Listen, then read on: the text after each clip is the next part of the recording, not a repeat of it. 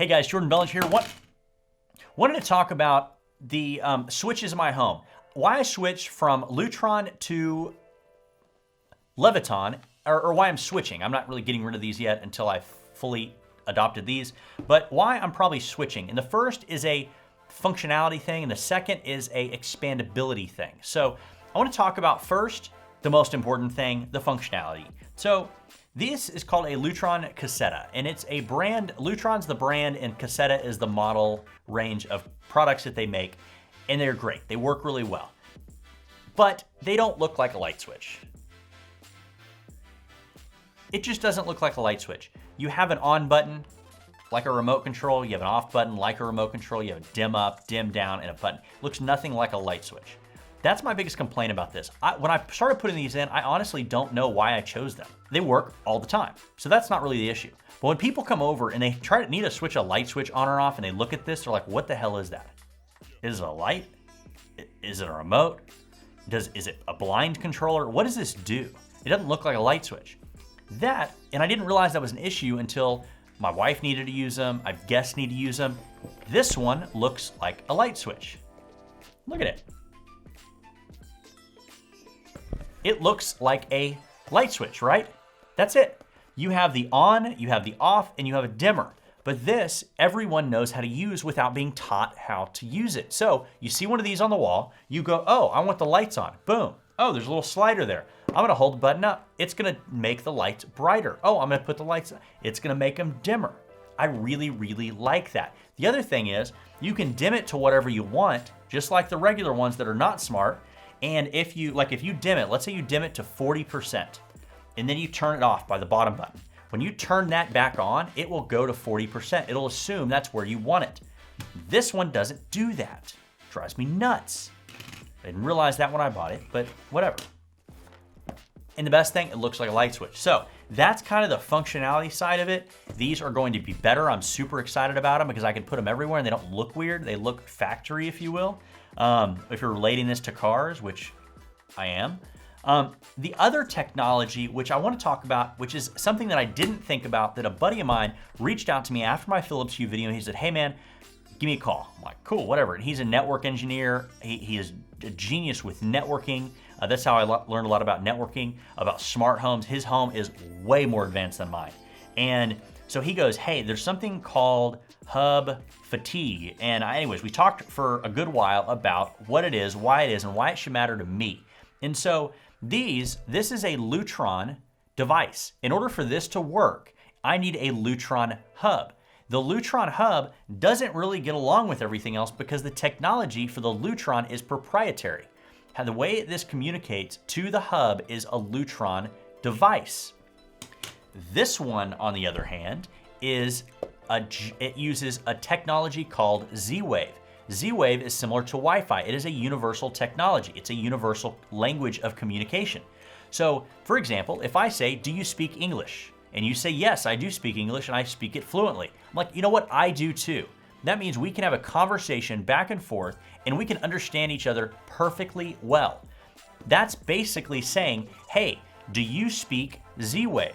Yeah, I speak Z-Wave. I'm fluent in Z-Wave. That means the device can cooperate with other devices that talk Z-Wave. The cool thing about that is, what you need to do, let's convert it to English. Let's convert it to a language and say this talks English and this talks English. This is the brain of the system. This is my smart things. You see that it has an Amazon warehouse sticker on it because I got it on sale because it was returned by somebody and I got $15 off. They're normally like 65 bucks, bought it for 50. I'll put a link to all this stuff below so you can find it. But anyways, this talks English, this talks English. So now that we have all our devices that are talking English, if I find another hub that is better than this one, it doesn't have to be a Samsung hub. Like this one is a Samsung brand SmartThings. But if another brand comes out, they're like, man, we want to make everything better about the Smart Hub.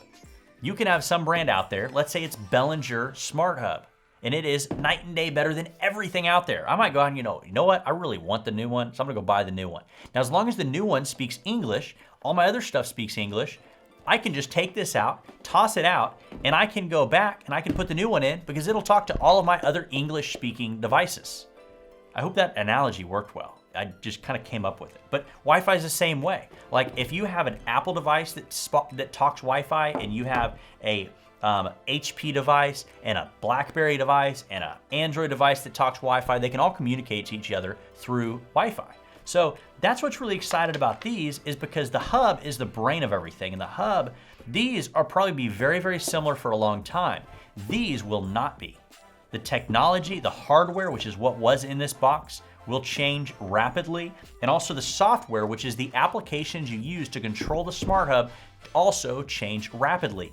And in my opinion, you need a solid hardware, but the app is the most important part because it allows you to use the device and set them up how you want to set them up. So, two things on why I'm super excited about the Leviton is because it all talks a universal language. I can go by Leviton, check this out.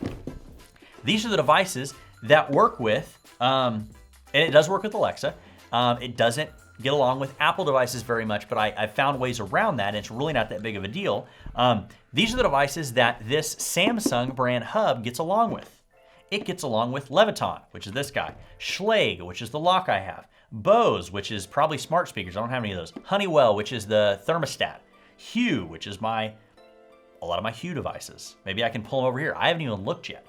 Arlo, which is video surveillance, Ring, which is video surveillance as well, Yale, which is locks.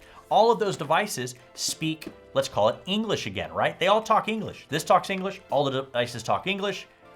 And some of these devices, let's get really technical. Some of these devices are bilingual. For example, this one is trilingual. This one speaks Z-Wave, which is what this does. This one only speaks Z-Wave. It also speaks Zigbee, and it also speaks Wi-Fi. So you can connect a bunch of devices to the hub and expand your system super well. Also, Samsung SmartThings, I keep dropping that. Samsung SmartThings also allows you to do a ton of sensors. You can do door open and close sensors, window open and close sensors, water sensors, motion sensors, vibration sensors, tilt sensors, all sorts of things to this, which is like crazy, which I haven't been able to do that yet. So like, for example, if there's no motion in my garage for 10 minutes, turn the lights off. That's kind of cool. Hey, if there's, you can put a sensor on the garage. You can put a tilt sensor on the garage. If my garage door is open, send me a notification. That's cool. Time of day note. Anyways, so I could go on and on. But I'm super excited about this. Honestly, the biggest, which is crazy, and it doesn't really sound super techy, but the biggest thing that I'm excited about this is it operates like a switch. It's easier to get people on board with these crazy smart home stuff when you don't really have to learn how to use it. Obviously, you have to program stuff. You want it to, turn on at sunset, things like that. But you don't have to teach people how to use these switches in my house. So, anyways, that's it. Super excited. All this stuff's gonna be linked below. Check these out.